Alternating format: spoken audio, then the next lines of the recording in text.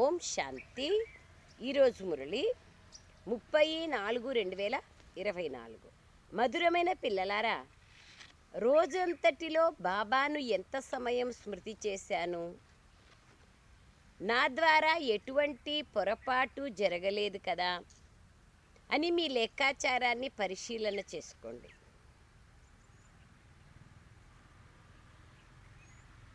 లాభ నష్టాలను చూసుకోండి, పాపపుణ్య ఖాతాలను చూసుకోండి. ఎందుకంటే మీరందరూ వ్యాపారస్తులు ఏం చేస్తారు? పాపపుణ్య ఖాతాలు చూసుకుంటారు, లాభ నష్టాలను చూసుకుంటారు. అట్లాగే మనకు పుణ్యం ఖాతా పెరిగింది, జమా ఖాతా అంటే లాభం, పాపం ఖాతా పెరిగింది అంటే నష్టం, శ్రీమతానికి విరుద్ధంగా నడిచినాను అంటే నష్టం. సో మీరందరూ వ్యాపారస్తులు అంటున్నారు బాబా. రోజంతట్లో బాబాను ఎంత సమయం స్మృతి చేశాను, నా ద్వారా ఎటువంటి పొరపాట్లు జరగలేదు కదా అని మీ లెక్కాచారాలను పరిశీలించుకోండి.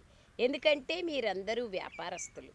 ప్రశ్న: ఏ ఒక్క పురుషార్థాన్ని అంతర్ముఖులుగా చేస్తూ ఉన్నట్లయితే అపారమైన సంతోషం కలుగుతుంది. ఏ ఒక్క పురుషార్థాన్ని అంతర్ముఖులుగా చేస్తూ ఉన్నట్లయితే అపారమైన సంతోషం కలుగుతుంది. జవాబు: జన్మ జన్మాంతరాలు ఏదైతే చేశామో, ఏవైతే ముందుకొస్తూ ఉంటాయో వాటన్నింటి నుండి బుద్ధి యోగాన్ని తొలగించి సత్వప్రధానులుగా అయ్యేందుకు, బాబాని స్మృతి చేసేందుకు ప్రయత్నిస్తూ ఉండండి. ప్రయత్నం చేస్తూ పోండి. జన్మ జన్మాంతరాలుగా ఏం చేసినామో అవన్నీ మన ముందుకు ఏవైతే వస్తున్నాయో వాటన్నింటి నుండి బుద్ధి యోగాన్ని తొలగించుకోండి. జన్మ జన్మాంతరాలవి గుర్తు రాకపోయినా ఈ జన్మలో కొంచెం తెలివి వచ్చిన తర్వాత ఏ ఏ పాపాలు చేసినామో అవన్నీ గుర్తుకుంటాయి కదా, వాటన్నింటి నుంచి బుద్ధి నుండి తీసేసేయండి. నేను చనిపోయినా నా జన్మ నుంచి ఇప్పుడు మరుజన్మ, మరి జీవా జన్మనే మరుజన్మ, బ్రాహ్మణుడు అంటేనే రెండవ జన్మ. కాబట్టి బ్రాహ్మణ జన్మ యొక్క అనుభూతిలో, దాని స్మృతిలో ఉన్నట్లయితే దాన్నంతా మర్చిపోతారు. నలువైపుల నుండి బుద్ధిని తొలగించి అంతర్ముఖులుగా అయ్యి బాబాను స్మృతి చేయండి. అన్ని వైపులా బుద్ధిని తొలగించుకోండి, అంతర్ముఖిగా కండి, బాబాను స్మృతి చేయండి. సేవ యొక్క ప్రమాణాన్ని చూపించినట్లయితే అపారమైన సంతోషం ఉంటుంది. సేవ ఎంత చేస్తామో అంత అపారమైన సంతోషం ఉంటుంది. ఓం శాంతి. బాబా కూర్చొని పిల్లలకు అర్థం చేయిస్తున్నారు. ఆత్మిక తండ్రి ఆత్మిక పిల్లలకు కూర్చొని అర్థం చేయిస్తున్నారని పిల్లలకు తెలుసు. ఆత్మలకే అర్థం చేయిస్తున్నారు, ఆత్మిక తండ్రినే అర్థం చేయిస్తున్నారు, ఇది మనకు తెలుసు. ఆత్మిక తండ్రి బేహద్ తండ్రి, ఆత్మిక పిల్లలు కూడా బేహద్ పిల్లలే. ఒకరు ఇద్దరు కాదు, లక్షలాది మంది సృష్టిలోని ఆత్మలందరూ. బాబా అంటున్నారు, ఆత్మిక తండ్రి అనంతమైన తండ్రి, ఆత్మిక పిల్లలు కూడా అనంతమైన పిల్లలే. తండ్రి పిల్లలందరి సద్గతిని చేయాలి. ఎవరి ద్వారా? ఈ పిల్లల ద్వారా. ఈ విశ్వంని సద్గతి చేస్తారు. మొత్తం విశ్వమంతట్లోని పిల్లలు ఇక్కడికి వచ్చి చదువుకోలేరు. ఎక్కడ చదువుకుంటారు? ఎవరైతే ఆది సనాతన దేవీ దేవత సంప్రదాయానికి చెందిన వాళ్ళు ఉంటారో వాళ్ళే చదువుకుంటారు. అందుకయ్యే బాబా అంటారు, విశ్వం అంతట్లోని పిల్లలు ఇక్కడికి వచ్చి చదువుకోరు. దీని పేరే ఈశ్వరీయ విశ్వవిద్యాలయం. అందరి ముక్తి జరుగుతుంది. ముక్తి అనండి లేదా జీవన్ముక్తి అనండి. ముక్తిలోకి వెళ్ళి మళ్ళీ అందరూ జీవన్ముక్తిలోకి రావాల్సిందే. కావున అందరూ వయా ముక్తిధామం జీవన్ముక్తిలోకి వస్తారు. పరంధామానికి పోయి మళ్ళీ జీవన్ముక్తిలోకి వస్తాం. బాబా అంటున్నారు, పాత్రను అభినయించేందుకు ఒకరి తర్వాత ఒకరు రావాల్సిందే. వాళ్ళ పాత్రానుసారంగా పరంధామం నుంచి వస్తారు.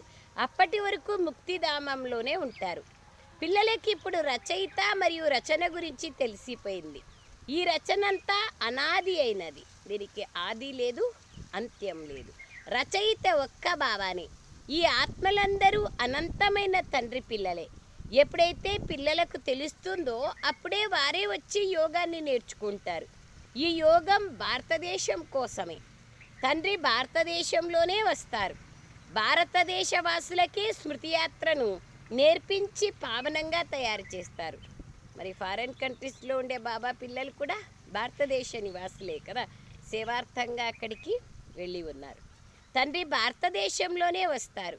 మరియు ఈ సృష్టి చక్రం ఎలా తిరుగుతోందో దాని జ్ఞానాన్ని కూడా బాబా ఇస్తున్నారు. ఇది కూడా పిల్లలకు తెలుసు. మహిమ చేయబడే పూజింపబడే రుద్రమాల కూడా ఉంది. దాన్ని అందరూ స్మరిస్తారు భక్తులు. భక్తమాల కూడా ఉంది. అది అతి పెద్ద మాల. దాన్ని స్మరించరు, కేవలం పూజ చేస్తారు. దాని జ్ఞానాన్ని కూడా బాబా ఇస్తున్నారు. ఇది కూడా ఇప్పుడు మాత్రమే తెలుసు పిల్లలకి. బాబా అంటున్నారు భక్తమాల కూడా ఉంది, అది అతి పెద్దది. భక్తమాల తర్వాత జ్ఞానమాల కూడా ఉంది. భక్తి మరియు జ్ఞానం రెండూ ఉన్నాయి.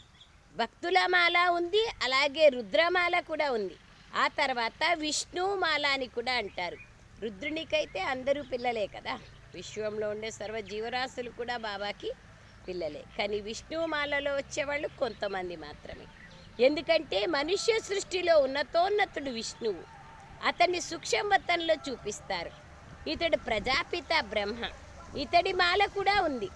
చివరిలో ఎప్పుడైతే ఈ మాల తయారవుతుందో అప్పుడే ఆ రుద్రమాల మరియు విష్ణువు యొక్క వైజయంతి మాల తయారవుతుంది. ఉన్నతోన్నతమైన వారు ఒక్క శివబాబాని. ఆ తర్వాత ఉన్నతోన్నతమైనది విష్ణువు రాజ్యం. బాబా అంటున్నారు అనేక అలంకరణల కోసం భక్తిలో ఎన్నో చిత్రాలను ఆకర్షణీయంగా తయారు చేశారు. కానీ జ్ఞానమేమీ లేదు. ఎందుకు తయారు చేసినారు, దీని అంతరార్థమేమి అనే జ్ఞానం లేదు. మీరు ఏ చిత్రాలనైతే తయారు చేశారో దాని పరిచయాన్ని మీరు ఇస్తారు. ప్రతి ఒక్క పిక్చర్కి అర్థం అనేది ఉంది కదా. బాబా తయారు చేయించిన చిత్రాలన్నింటికి అర్థం ఉంది, అర్థసహితమైన చిత్రాలు. అప్పుడు మనుషులు అర్థం చేసుకుంటారు. లేకపోతే శివుడు మరియు శంకరుని కలిపేస్తారు. సూక్ష్మతంలో కూడా అంతా సాక్షాత్కార విషయమేనని అక్కడ ఎముక మాంసాల శరీరం ఉండదు, కేవలం సాక్షాత్కారం పొందుతారు. సంపూర్ణ బ్రహ్మ కూడా అక్కడే ఉన్నారు. అతన్నే సంపూర్ణ అవ్యక్తునిగా అంటారు. ఇప్పుడు ఇక్కడ వ్యక్తమైన బ్రహ్మ ఉన్నారు. ఆయనే శరీరం వదిలిన తర్వాత అవ్యక్తంగా అవుతారు. వ్యక్తుడే అవ్యక్తంగా అవుతారు. బ్రహ్మబాబా శరీరంలో శివబాబా ప్రవేశం చేసి చెప్తున్నారు, పిల్లలారా ఈ వ్యక్త బ్రహ్మనే భవిష్యంలో అవ్యక్త బ్రహ్మగా అయిపోతారు. ఎప్పుడైతే సంపూర్ణంగా అయిపోతారో అప్పుడే అవ్యక్తంగా అయిపోతారు. హద్దు నుండి బెహద్దులోకి వెళ్తారు. అతడి ఫరిస్తా అని అంటారు. అతడి చిత్రాన్ని సూక్ష్మవతంలో ఉంచారు. సూక్ష్మవతంలోకి సందేశీ పుత్రికలు వెళ్తారు. అక్కడ బాబా మాకు శుభీ రసాన్ని తాగించారు అని చెప్తారు.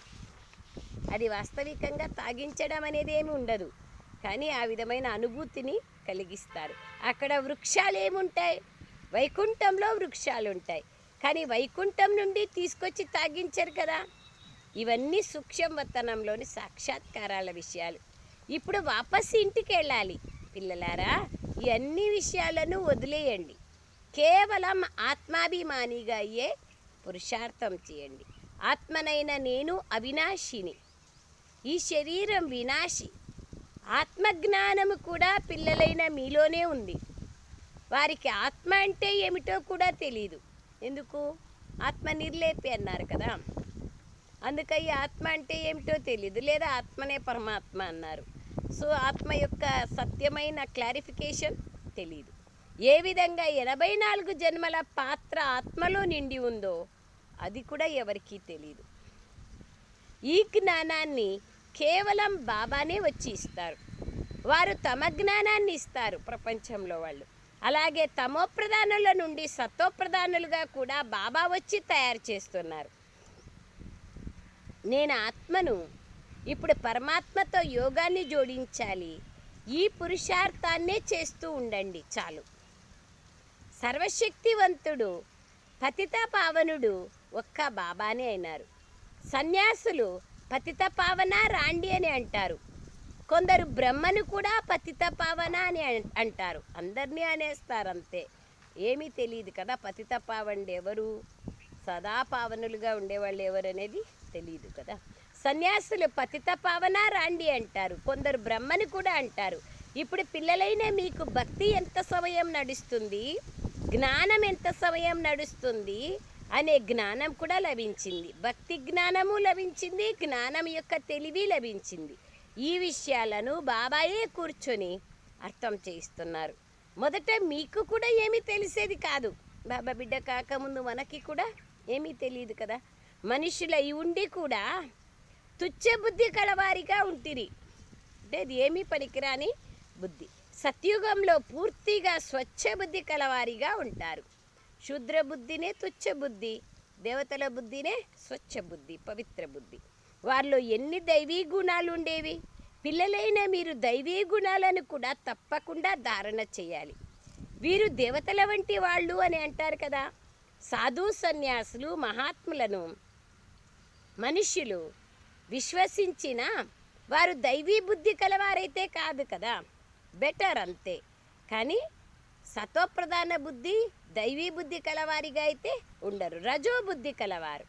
రాజా రాణి ప్రజలు ఉంటారు కదా, రాజధాని ఎప్పుడు మరియు ఎలా స్థాపన అవుతుందనేది ప్రపంచంలో వాళ్ళకు తెలియదు.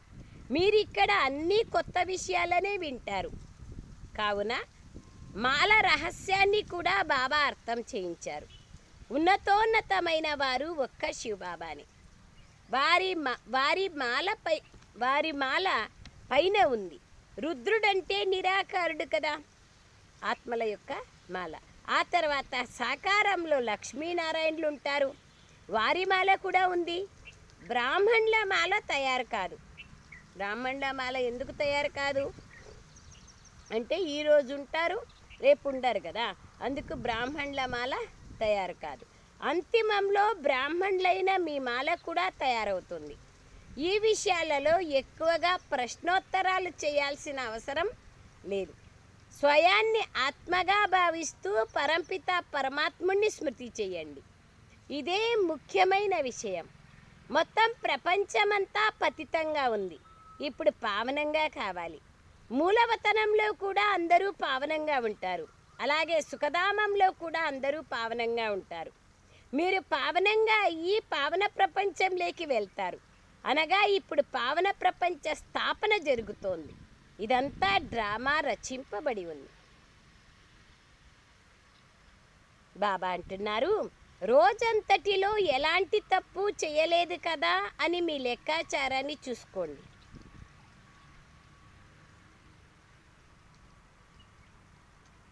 వ్యాపారస్తులు తమ ఖాతా పుస్తకాలను సమాళన చేస్తారు కదా, ఇది కూడా సంపాదనే. ఇదే ఉత్తమమైన సంపాదన. మీరు ప్రతి ఒక్కరూ వ్యాపారస్తులు, బాబాతో వ్యాపారం చేస్తారు. పాతది తీసుకొని పాతది ఇచ్చి కొత్తది తీసుకుంటాం. పనికిరానివి ఇచ్చి పనికొచ్చేటివి, అవినాశివి, అమూల్యమైనవి తీసుకుంటాం. అందుకే బాబా ఇక్కడ అంటున్నారు, బాబా వ్యాపారస్తుడైనారు, బాబాతో మీరు వ్యాపారం చేస్తారు. నాలో ఎన్ని దివ్య గుణాలు ఉన్నాయి, నేను ఎంత బాబాని స్మృతి చేస్తున్నాను, ఎంత అశరీరీగా అవుతున్నాను అని మిమ్మల్ని మీరు పరిశీలించుకోవాలి. మనం పరంధామం నుంచి అశరీరీగా వచ్చాం, మళ్ళీ అశరీరీగా అయ్యి ఇంటికి వెళ్ళాలి. ఇప్పటి వరకు అందరూ వస్తూనే ఉంటారు, పరంధామం నుంచి ఆత్మలు అనేకంగా వస్తూనే ఉంటాయి.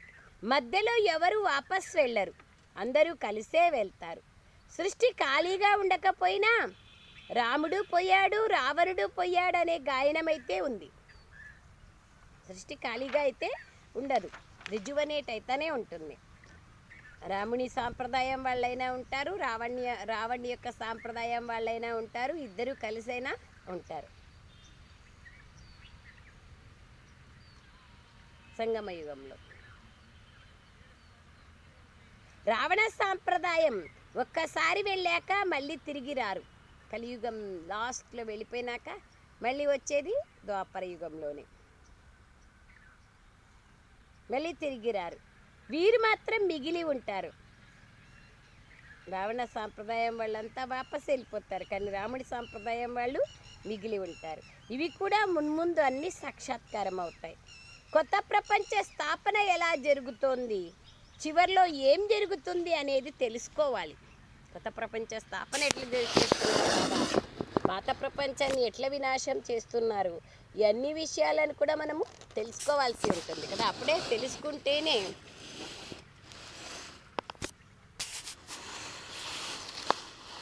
బాబా అంటారు, మనం ఎప్పుడైతే ఈ విధంగా తెలుసుకుంటామో అప్పుడే మనకు అన్ని విషయాలు, జ్ఞానం యొక్క అన్ని విషయాలు సంపూర్ణంగా అవగాహన అవుతాయి.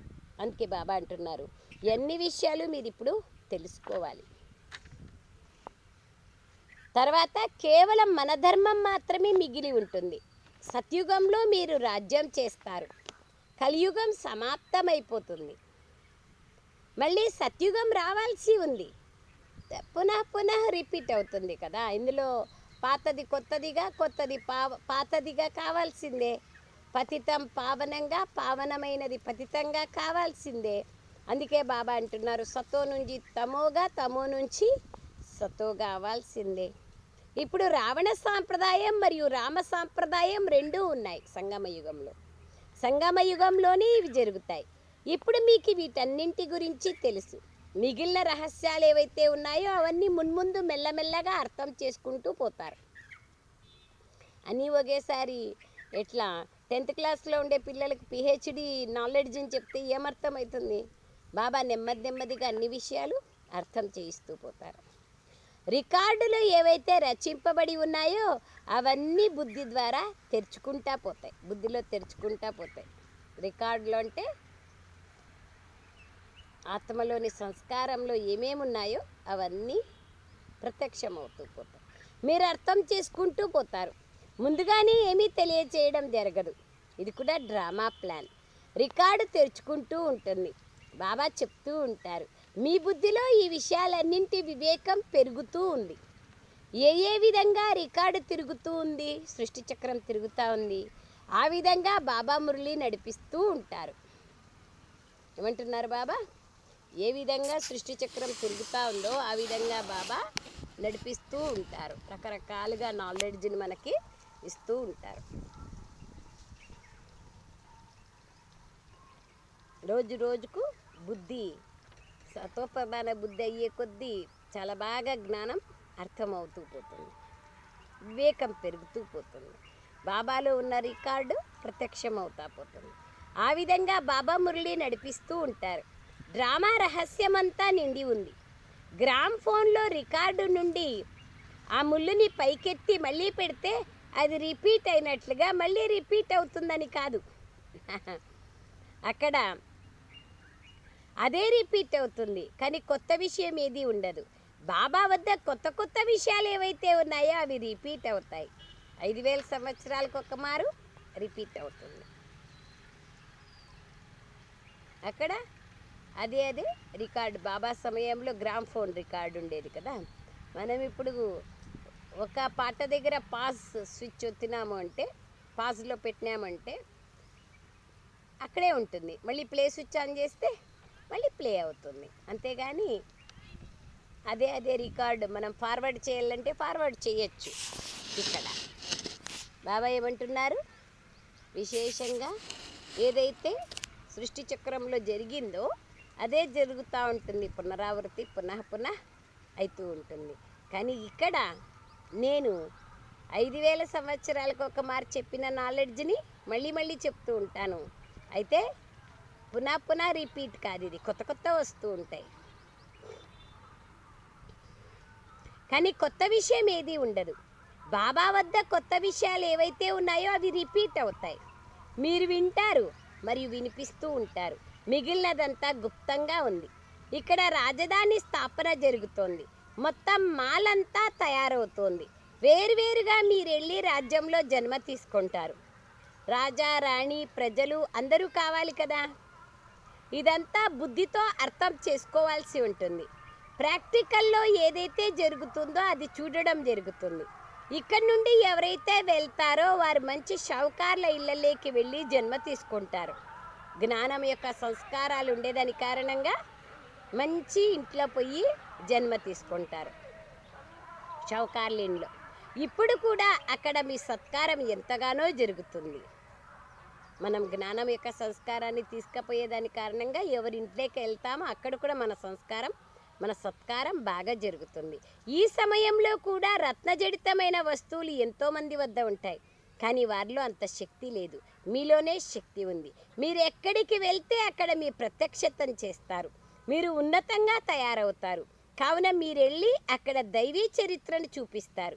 అసురీ పిల్లలు జన్మిస్తూనే ఏడుస్తూ ఉంటారు, అస్వచ్ఛతతో కూడా ఉంటారు. మీరు చాలా నియమానుసారంగా పెంచబడతారు. అండర్లైన్. బాబా పిల్లలు ఎవరైతే బాబా జ్ఞానం వింటూ వింటూ శరీరం వదులుతారో, అనేక మంది వదులుతారు కదా, వదిలిన తర్వాత వాళ్ళు వెళ్ళి జన్మ తీసుకుంటే ఎలా ఉంటారు అనేది బాబా చెప్తున్నారు. వాళ్ళు అస్వచ్ఛంగా ఉంటారు, కానీ బాబా పిల్లలు స్వచ్ఛంగా ఉంటారు, నియమబద్ధంగా ఉంటారు. దైవీ చరిత్రను చూపిస్తారు. మీరు చాలా నియమానుసారంగా పెంచబడతారు. పెంచడంలో కూడా అమ్మా నాన్న చాలా మంచిగా పెంచుతారు. అట్లాంటి మంచి కల్చర్ ఉండే వాళ్ళ దగ్గరికి వెళ్ళి జన్మ తీసుకుంటారు. అక్కడ మాలిన్యం మొదలైన వాటి విషయం ఉండదు. ఈ రోజుల్లోని పిల్లలు అశుద్ధంగా అయిపోయారు. సత్యుగంలో అటువంటి విషయం ఉండదు.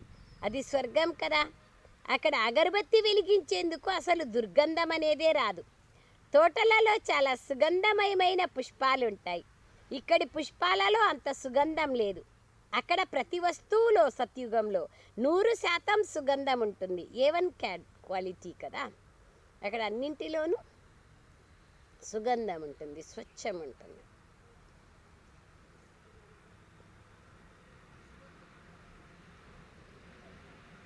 ఇక్కడ 1% కూడా లేదు సుగంధం.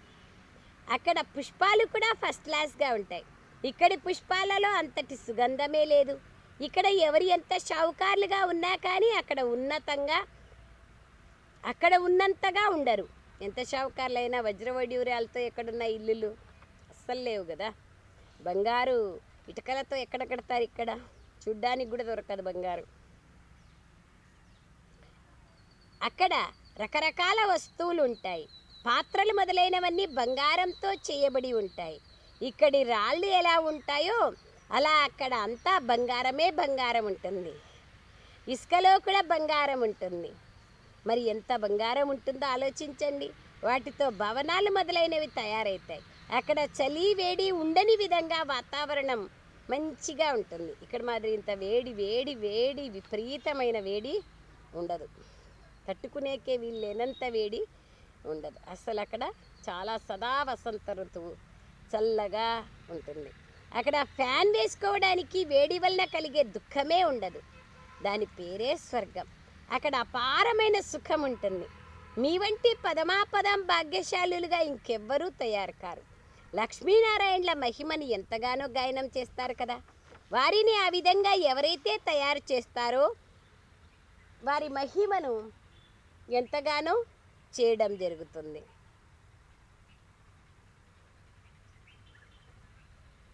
మొదట అవ్యభిచారి భక్తి ఉండేది, ఆ తర్వాత దేవతల భక్తి ప్రారంభమవుతుంది. దీన్ని కూడా బాబా అంటారు, శరీరదారులను పంచతత్వాలను పూజ చేయడం భూత పూజనే కదా.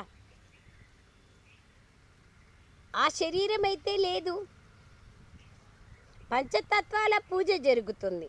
శివబాబా గురించి ఆ విధంగా చెప్పరు. శివబాబాకి పంచతత్వాల పూజనే లేదు కదా, లింగాకారంలో ఉంటారు.